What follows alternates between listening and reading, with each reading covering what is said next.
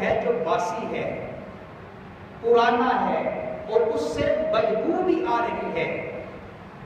کہتے ہیں کہ میں نے دیکھا کہ لوگ تازہ لذیذ خوشبودار گوشت کو نہیں کھاتے بلکہ وہ بدبودار گوشت کو کھا رہے ہیں، اور پھر اسے کھا نہیں سکتے، 2 لقمے ہی لیتے ہیں کہ آ جاتی ہے اور وہ مائل ہیں۔ کہتے ہیں میں نے جبریل سے پوچھا یہ کون لوگ ہیں؟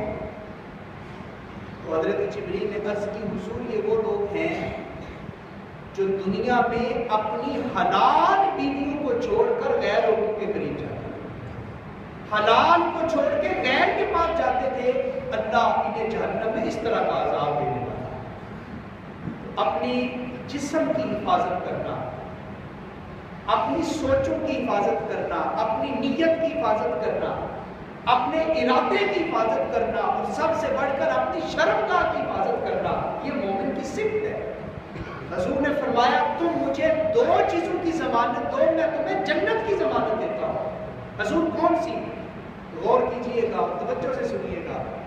حضور نے فرمایا ایک وہ جو تمہارے 2 جبڑوں کے درمیان ہے۔ 2 جبڑوں کے درمیان کیا ہے؟ زبان۔ اور دوسرا حضور نے فرمایا وہ جو 2 تمہاری ٹانگوں کے درمیان ہے۔ حضور نے اشارہ کیا، جو کہ حضور شرم و حیا والے تھے، کہا کہ جب تم اپنی زبان کی حفاظت کر لو اور اپنی شرمگاہ کی حفاظت کر لو، حضور نے فرمایا میں تمہیں ضمانت دیتا ہوں کہ ان 2 چیزوں کی حفاظت تم کر لو، اللہ تمہیں جنت عطا کرے۔ تو یہ حلال کے پاس جانا، حرام سے دور رہنا۔ بلکہ ایک اور حدیث میں حضور نے فرمایا کہ جنت کی خوشبو 500 سال کے فاصلے سے آنا شروع ہو جائے گی، لیکن حضور نے فرمایا کچھ لوگ ایسے ہیں کہ جنہیں 500 سال کے فاصلے سے بھی جنت کی خوشبو نہیں آئے گی۔ ان میں سے ایک حضور نے فرمایا وہ آدمی جو بوڑھا ہو رہا ہے، جوانی جا رہی ہے، بڑھاپا آ رہا ہے، لیکن اس کے باوجود اس کے دل سے غیر عورتوں کی محبت نہیں نکلتی۔ حضور نے فرمایا ایسے آدمی کو جنت کی خوشبو سے اللہ محروم کر دے۔ معراج کی رات ایسے لوگوں کو بھی حضور نے دیکھا جو حلال کے پاس نہیں جاتے تھے، حرام کے پاس جاتے۔ اب اس میں تمام اہل اسلام کے لیے بہت بڑا عبرت کا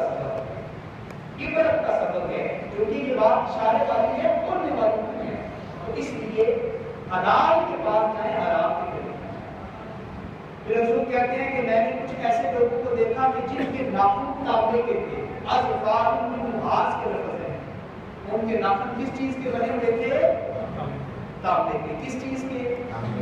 اور حضور کہتے ہیں کہ میں نے انہیں دیکھا کہ وہ اپنے تانبے والے ناخنوں کے ساتھ اپنے چہروں کو کرید رہے تھے، اپنے چہروں کو وہ چھین رہے تھے، اور جب وہ اپنے ناخن اپنے چہرے پہ مارتے تو خون نکل آتا، ان کی چیخیں بلند ہوتی۔ حضور کہتے ہیں میں نے پوچھا جبریل یہ کون لوگ ہیں؟ تو سنیے گا، غور سے سنیے گا، جبریل عرض کرتے ہیں حضور یہ وہ لوگ ہیں جو دنیا میں لوگوں کی عزتیں خراب کیا کرتے ہیں، جو دنیا میں لوگوں کی بدخویاں کیا کرتے ہیں، جو دنیا میں لوگوں کے نقائص کو، لوگوں کے عیوب کو لوگوں کے سامنے بیان کیا کرتے تھے۔ اور آج ہماری عادت یہ ہے، آج ہمیں دوسروں کے سفید کپڑے پہ لگا ہوا ایک چھوٹا سا دھبا نظر آ جاتا ہے، لیکن ہم یہ نہیں دیکھتے کہ جو میں نے سفید کپڑے پہنے ہوئے ہیں یہ سارے کے سارے کالے ہو چکے ہیں۔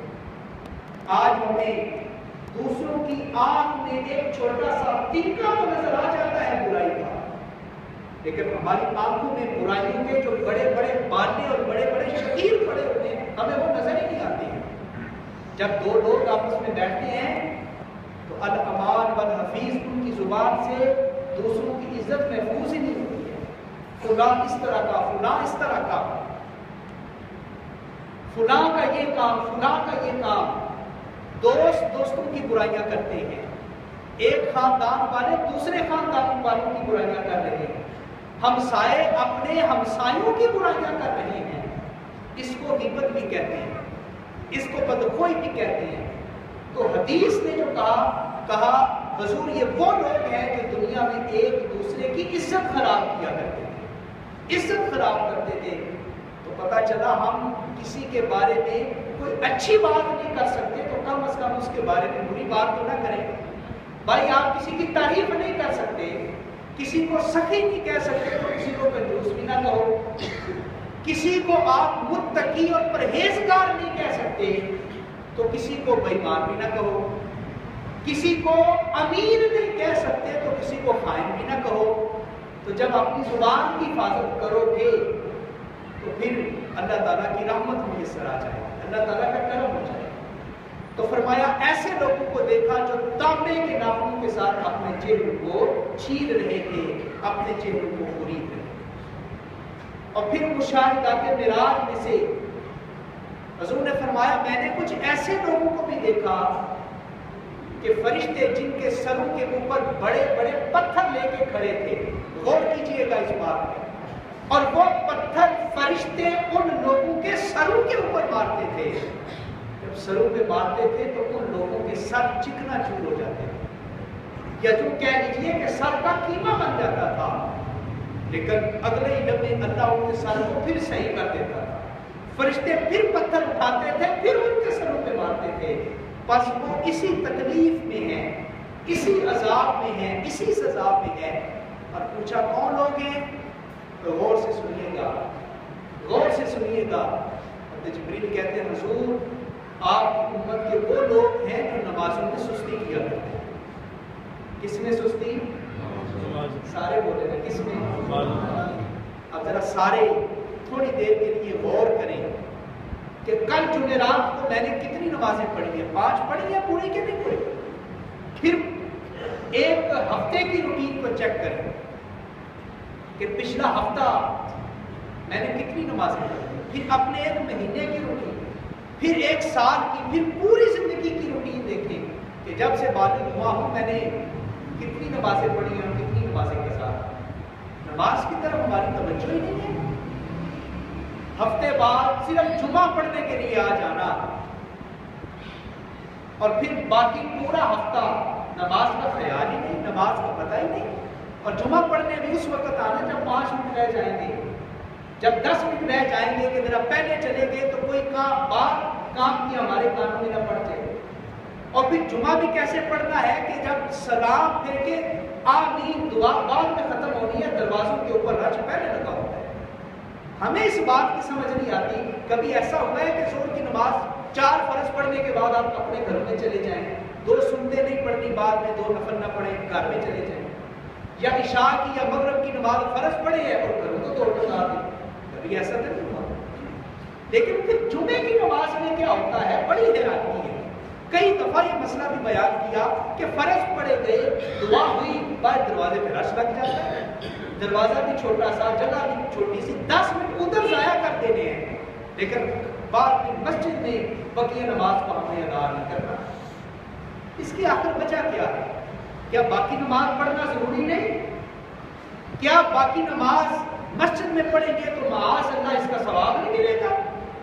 دروازے پہ ہم نے 5 منٹ ضائع کر دینے ہیں اور دھکم پیل میں دھکے بھی دینے ہیں، کپڑے بھی خراب ہو جانے ہیں، کسی کے جوتے بھی کپڑوں پہ لگ جانے ہیں. اس کی سمجھ نہیں آتی. تو نماز میں بھی سستی، جمعے میں بھی سستی، مسجد سب سے آخر میں جانا اور آنا سب سے پہلے ہے. عجیب بات ہے، عجیب ہماری عادت بن چکی، عجیب ہمارا رویہ بن چکا. اور فرض نماز کو تو ہم اہمیت ہی نہیں دیتے.